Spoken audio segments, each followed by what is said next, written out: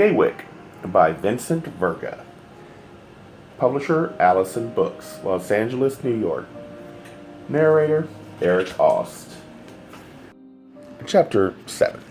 Next evening I sat down to my first official dinner at Gaywyck. Keys did not appear. At dusk I heard the Moonlight Sonata while standing on the portico outside my room and watching the sun slip behind the horizon. Gaywyck rests on the edge of a small peninsula, and from my vantage point gives the impression of being surrounded by water, a ship adrift in the ocean. The music soothed me. My heart, newly extinguished, went out to the sun, and I knew the night and the sea and I were ruled by the dead white moon. I felt calm. The days in bed had replenished my energies. I was no longer a stranger to myself. Sleep restored me the way the sun returns. A flooded field to dry pasture land. The confusion was gone. Only a suspicion of trustees remained. I drew a deep breath. As far as I could discern, all was battened down. I felt secure in the knowledge that soon everything would be forgotten, buried, hidden away. Ambrose knocked to announce dinner in half an hour. 5 minutes later, Denver's called to accompany me to the small dining room. He carried a large Wanamaker's catalog, which he dropped on a chair. I instantly retrieved it. You'll be needing a few things. I've taken the liberty of checking articles I think you could use. Go through and mark colors and sizes. We'll send your measurements to Donough's tailor for evening clothes and other necessities. But you've marked every section. Because, dear boy, you need something from every section, and usually several somethings at that. Won't that be extravagant and expensive? I spoke the final word as though it were blasphemy. There is no such thing as extravagance hereabouts, and the only thing ruder than talking about money is thinking about money.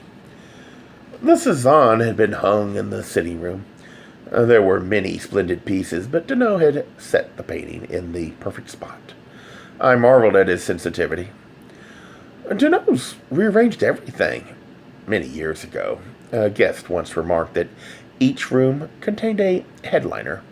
Reynolds is the gent at the top of the bill in this room, or was until the Cezanne replaced him. I wasn't really paying attention when they began shuffling them about. I think he replaced Rembrandt, who then shoved Rossetti out of the front parlor. Or was he done in Stubbs? Where's the Rossetti portrait? I asked, suddenly. The Rossetti, left with Danough. He'd given it to the National Gallery on permanent loan. They've been after it for years. Why so disappointed? It was not one of his better efforts. I understood it resembled Mr. Danough's mother. Who told you that? Father Collins. The silly celibate. It's a typical Rossetti portrait of a young, androgynous thing. It resembles you as much as Mary Rose. Me? Yes, you. It's the eyes. When I mentioned it to Danough, he agreed. Said he'd gapped at you rudely on the first sight. It is remarkable, you know. I never thought anyone could have eyes as lovely as she. It just goes to show. Of course, Keith will be thrilled. He'll grasp you to his woolly breast as a fellow reincarnate. Mother of God, what a world you've entered, Robert Whyte. Mr. Danough warned me. He tried to change my mind, but I was adamant. I was destined to come to Gaywyck. I pray to God you don't live to regret it. He paused, staring at me intensely. His eyes brightened. But you're going to change all that. You will. I believe you will. We must chance it. To give up hope is to die. Now, let's go down to dinner. Chance and change. Seeing those two words together, I realized that the only difference between them is the letter C and the letter G. CG. CG? The initials of the enigma. Whatever made me think that? I could escape the malediction of Cormac Gaylord. Perhaps I thought their combined efforts would spare me, or, more likely, Danough Gaylord thought death destroyed his brother's evil by appeasing it. In either case, we were wrong. Evil is never obliterated. Even now, after all these years, his raging spirit haunts my dreams. Chance and change, key words of human existence. CG, truly our destiny is written in the stars. My rooms, I discovered, were at the end of the second floor corridor. Left wing. I was the only person inhabiting that wing. Denvers and Mr. Danough were on the second floor as well, but in the right wing, on the other side of the oval-windowed foyer. Keyes was on the third floor above Denvers. The others lived below stairs, in quarters near the kitchen area. The Dailies commuted from the village of Sterling Harbor. Denvers and I sauntered down the wide corridor toward the central staircase. The windows at either end would fill the space with daylight, but the lamps made the pieces of sculpture and floral arrangements barely discernible. I wondered if the twins had ever roller skated over its shiny wood floor. Most of the rooms are never used anymore. The ones next to yours are occupied by Danough's friends, Goodbody and Mortimer, whenever they visit, which, alas, is very infrequently. These are open only to air them and for the annual spring cleaning. What a waste of all this beauty. Beauty is never wasted. And if you saw the guests who inhabited these rooms, boars of every feather, you wouldn't grieve over the now vacant beds. Descending the stairs, I paused to look at the eternal sea. Through the vast window, glancing upward, I noticed a milk-glass dome. Charming touch, that, don't you think? Originally, it was stained glass in the Daquin style. Danough said the colors shifting on the landing frightened him. That was his first change. Has he made many others? Quite a few, yes. Outside, he's allowed the park to reclaim some of the ornamental grounds. The gardens have been simplified and, in some cases, replaced by lawns. The great knot garden has been reduced to its barest tracings. It was all too much to maintain. He stocked several museums with Mycene and coins and early Roman heads and pictures, making room for his own. This place will always be a Baroque hodgepodge, but he's put his classical touch here and there. We crossed the foyer, pausing to greet the Cellini Satyr and to admire its musculature, then opened the pair of blonde doors opposite the ones that I'd passed through on my first night. A beacon lamp burned on a white piano in a far corner. It shimmered in the satin Sheraton coverings, the Buhl porcelain and wood surfaces, the Parian marble, biscuit china, and gilded mirrors. There's the Reynolds!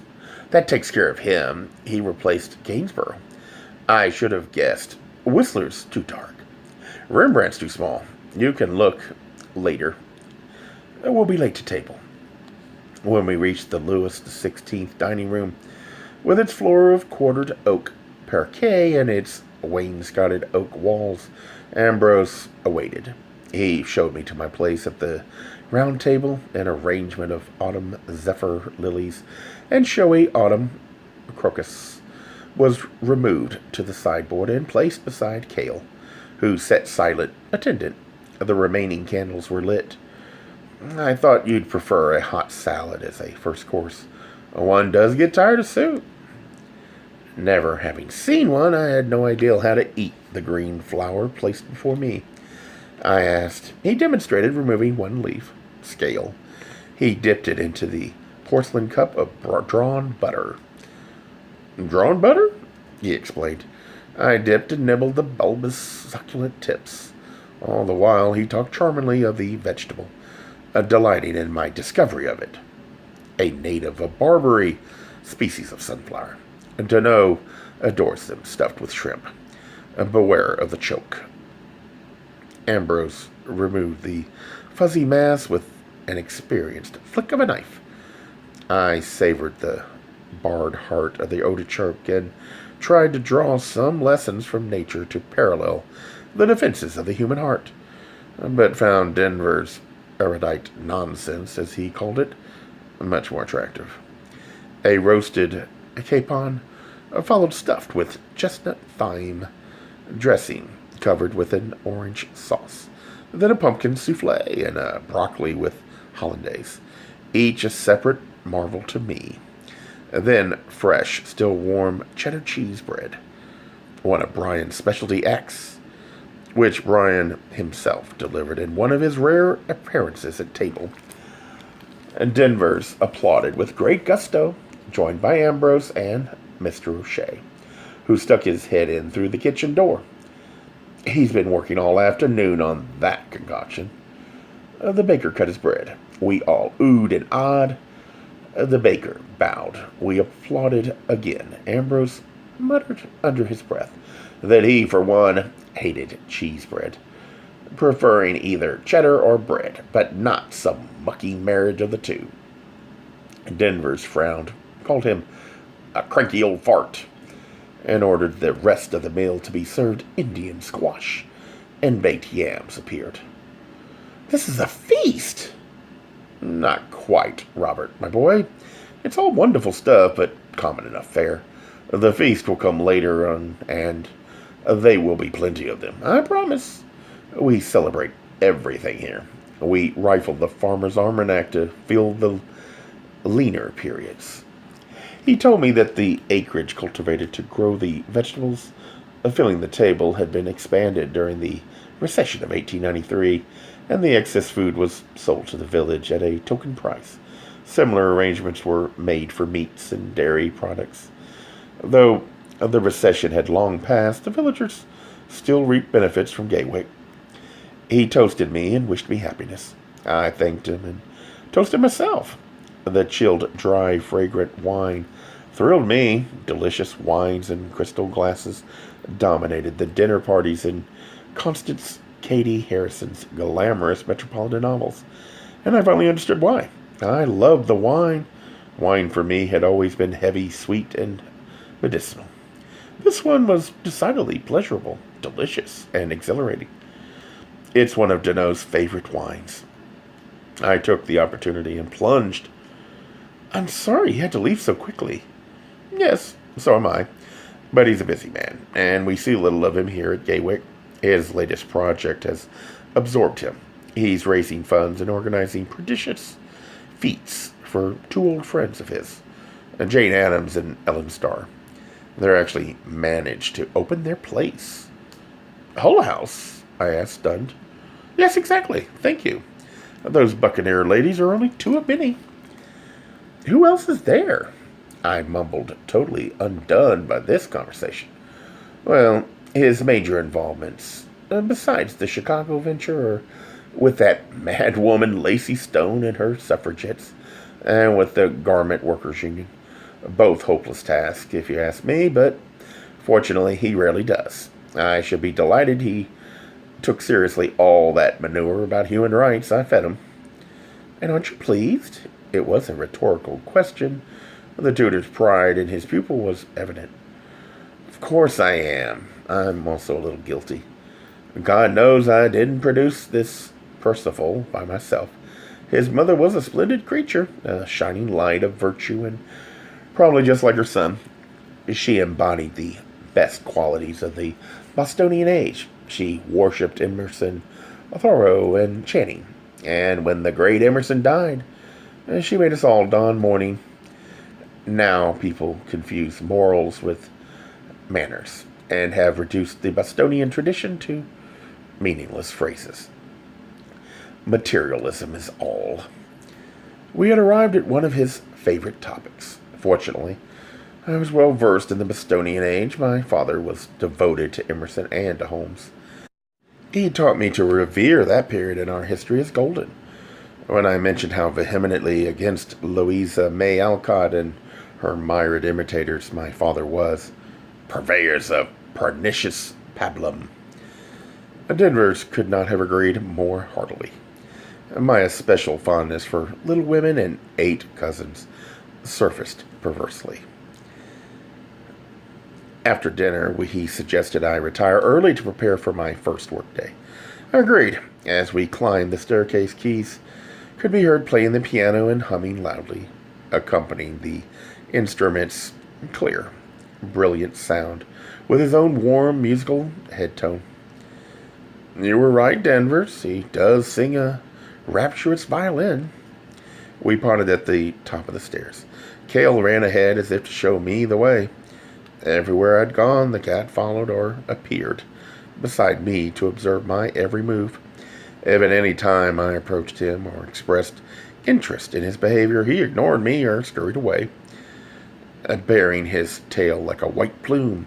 Yet the instant I settled, he would bound for me, stand in my lap with his right front paw crooked, and gaze into my eyes until I welcomed him. Then he gave his greeting, a guttural chirp. The purring began when I spoke to him. By the time he stood close enough to be hugged, he was literally vibrating with pleasure. What a handsome friend you are. Yes, what a tesoro, what a gorgeous puss, what a darling spicy cake. I'd chant, becoming more inane as he revolved excitedly, politely offering first his rear for me to investigate, and then his head for me to pat. Peach pit, biscuit tin, fondue artichaut. He remained standing, accepting the homage. Suddenly, flinging himself into his side with a grunt, he began a meticulous wash before napping at night. When I extinguished the bedlight, he would make his way to the pillow in the darkness and settle coiled for sleep above my head. That night, I had no intentions of sleeping immediately. The wine excited me. I wanted adventure. Opening the French windows in my bedroom, I stepped out to view the still full moon and the familiar constellations, all sharply evident in the cloudless October sky. Then I saw the sea. My wonder at the mild night was instantly replaced by a sense of astonishment that I had not yet visited the beckoning expanse of water before me. I descended to the back lawn and crossed quickly to the edge of the rise. Great patches of silver lavender leaves glimmered in the yew trees. I could smell spices planted in the area. I found a gravel path leading to a flight of wooden stairs, near where Danough Gaylord had been sitting. The far side of the rise was a rock garden that sloped precipitously to the sandy shore below. While stepping down, I spotted blue lobelia, and I thought how surprised my mother would be to see it thriving in that wind-blown place. Feeling the sand beneath me, I removed my shoes and socks. I left them on the bottom step. Looking up and down the deserted beach, I headed into the surf. The water was warm. Holding up my trouser legs, I splashed in, heading to my left toward the rocks. By the time I reached the jetty, I had made up my mind. A story read in some magazine had deterred me for a few paces, but the young hero had drowned on a full stomach because he disobeyed his sated mother. I was not disobeying anyone. I wasn't planning to swim. I didn't know how I would wade. I would not go a depth beyond my collarbone. Standing on a wide ledge to the far side of the rock, I undressed and folded each garment carefully, stowing them in a flat niche to my right. The jetty reminded me of plain blocks my father had carved for me when I was a child. Agilely, I lowered my naked self into the churning water. It reached only to my knees. I waited. After a few cautious attempts, I sat. A small wave slapped playfully. I laughed. A larger one broke over me. The brackish water flooded my mouth with a jolt. I remembered the dream. Clasped in the tenderness of Danough Gaylord, I felt in the swirling water a scalding, erotic current that forced a sudden intake of breath and a goodly amount of an onrushing wave. Choking, I staggered upward and sputtered along. The first sight my stinging eyes registered was Cale sitting on the beach, looking distressed. His fur was standing on end, and his eyes were round as my own taut nipples. The metaphor embarrassed me. Glancing down at myself, I turned and plowed my way into the water, submerging my decidedly overstimulated body up to its collarbone. The experience was extraordinarily pleasurable. The wet caressed and offered solace. Bobbing a bit, I distracted myself from myself by riding the swells and navigating toward the jetty.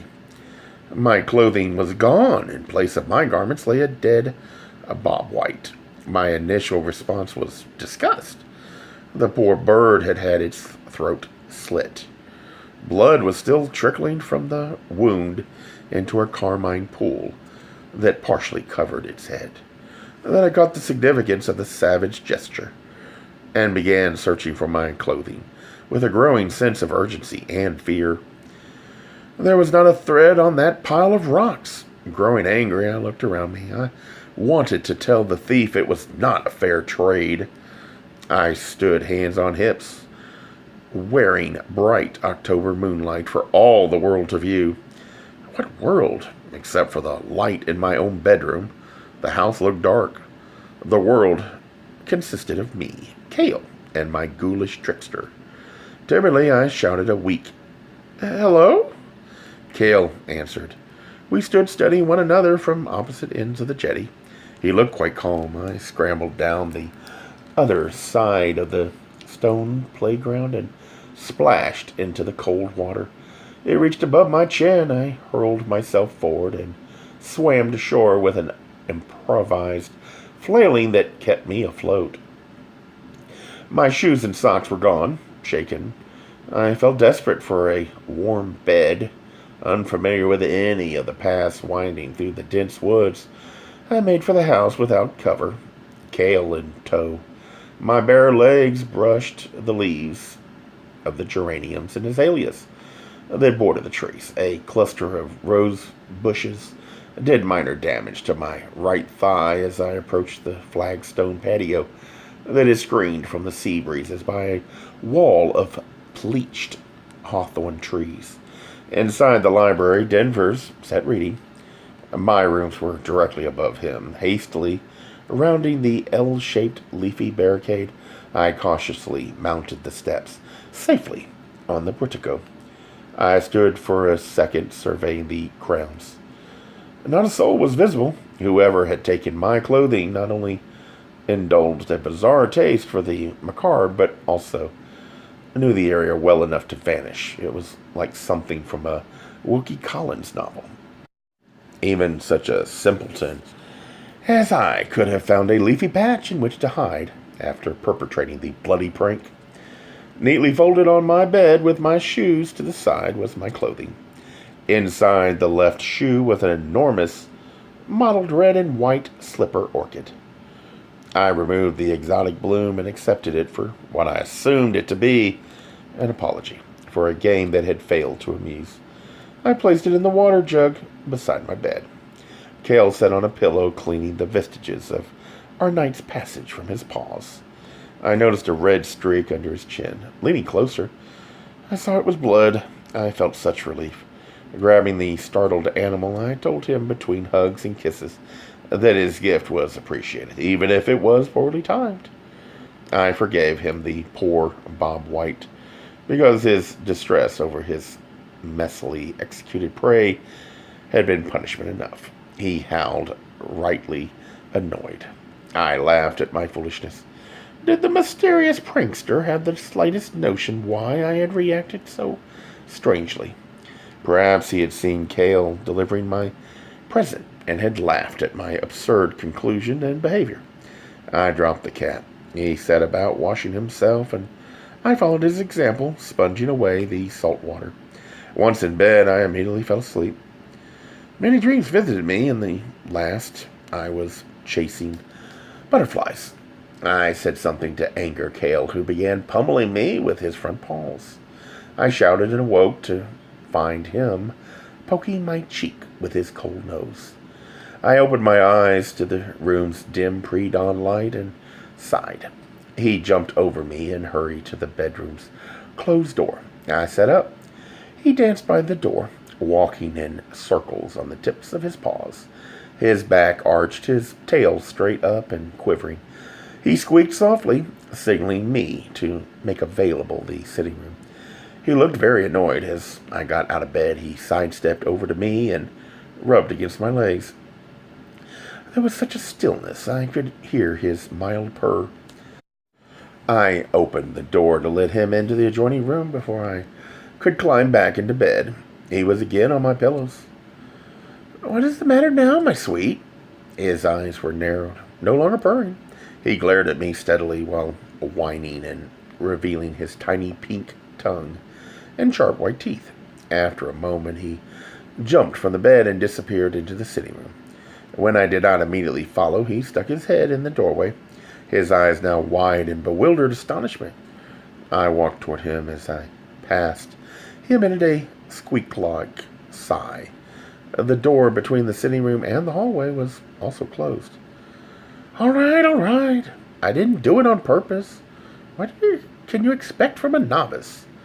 I crossed the room, expecting him to follow. When I reached for the doorknob, he remained on the other side of the room, looking cagey. I began to turn the knob. "Don't trust me, huh? Think I need slapping?" I asked as I pulled the door toward me. The moment the hallway was revealed to him, he sprang to his feet, arching his back and hissing in a crazed frenzy. His claws dug into the carpet, pulling it toward him with his fur on end.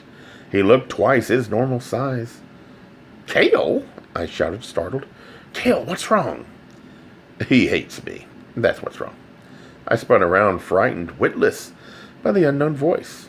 A fat old man with shoulder-length white hair stood barefoot in the doorway. He wore a ruffled nightshirt. His gazed blue eyes were half his face. A receding chin was weakened by the absence of teeth. "You are wise," he said. "For one so young and savory, everyone needs to be slapped occasionally." During the pause that followed, I nodded and grinned stupidly. Still aghast at the sight of him, I mumbled a few hasty thank yous so as not to offend. When in doubt, I thought, be polite. "Who are you in this life?" "I'm Robert Whyte, sir. I'm to be the librarian." He laughed at me. "A likely story. Do you know who I am?" "Yes, sir," I said crisply, hoping to project self-control. "Did you enjoy the crutch, sir?" "I dedicated it to you." "Oh, really? Thank you, sir." "I saw Danough leave your room. Does he always run away after? When you hung over the edge, I hoped you would fall into the oval window. Why must you take him from us?" My mind spilled outward, unable to contain a thought. I could barely hear him with no teeth. He slurred words, and Kale's hissing, though less frequent, was still distracting. "Did you enjoy your swim?" He laughed manically, miming with his hands the wringing of a neck. "You won't take him away this time." He stepped toward me. His eyes, seemingly benign, suddenly filled me with dread. I shrank from him. He took another step, entering the room. Kale darted from behind and clawed his bare foot. The old man shrieked, turned, and fled back into the darkness. Shaking, I stood leaning against the doorframe. Kale slunk into the hallway a few paces before rushing back into the room. I closed the door and locked it. The old man's words had battered me senseless. The cat pressed against me. Picking him up, I hugged him tightly, attempting to ease my anxiety and fear by nattering to him about his heroism. He sporadically hissed and growled. "Kale! Kale!" The pads of his paws are wet with perspiration. "You weren't attacking that old warlock. You were defending us. You were as frightened of him as I was. You were sweating along with me. Yet you managed to clobber him." Slowly, I walked back to my bed and curled on top of the coverlet. The old man saw Danough and me. I wasn't dreaming. Why should anyone lie to me? I'm not worth lying to. I'm no one. Kale was calming and began to clean away the smell of fear. I opened the drapes. A soft breeze came through the partly open French windows. "Kale, you could have gone out here?" The cat yawned. Danger past, he curled for sleep. I looked at him, stupefied. When you awaken, my Persian angel, I must inform you that cats don't do such things. Who ever heard of a watch cat? The morning was brightening, but neither sun nor moon was in the silver sky. The hour of the wolf hung heavily. I dressed quickly. Going down again, I crossed the dew-soaked grass to the pebbled path and followed its curving way to the cliff's edge. At the bottom of the wooden steps, Kale waited. The time was quiet, a sigh of muffled waves, the only sound in the intense stillness, a death-like tranquility, reigned. Sitting on the edge of the rocks with Kale on my lap, I looked out into the vastness of the ocean. A primal awe moved me to tears. I strained for a sense of union, motionless. I plunged and dissolved. Then I turned back to Gaywyck. In the morning light, it wasn't quite as immense as I had first assumed. It wasn't small by anyone's standards, but neither was it Versailles. The light around me heightened, and the off-center oval portal gleamed. Birds set up their alarm at the approach of day. Suddenly I saw the porticos, with their iron supports as bars, and the central glass as a massive glinting eye. The eye of Polyphemus, I said aloud, and shuddered. The Cyclops is watching. He whom Odysseus tricked, declaring, I am no one. The dawn rippled in the glass, infusing life. The Cyclops is waiting, and I too am no one. I am the clever no one. I laughed at the connection. My spirit soared as the new golden day rose. I made my way over the rocks to take up my duties at Gaywyck. I had conquered fear and doubt in an instant. As if by magic, the moment was all that concerned me. Gay Mysteries audiobooks. I think it is easy to hate a label, but a face humanizes the word. So this effort is twofold. To offer comfort to those like myself that your world didn't end because you don't fit into the view of acceptable society on both sides. And in hopes of helping those with family that are LGBTQ, that it doesn't mean we are aliens from the child they once knew. Reassure them so they can maybe be supportive at the same time, being true to their values.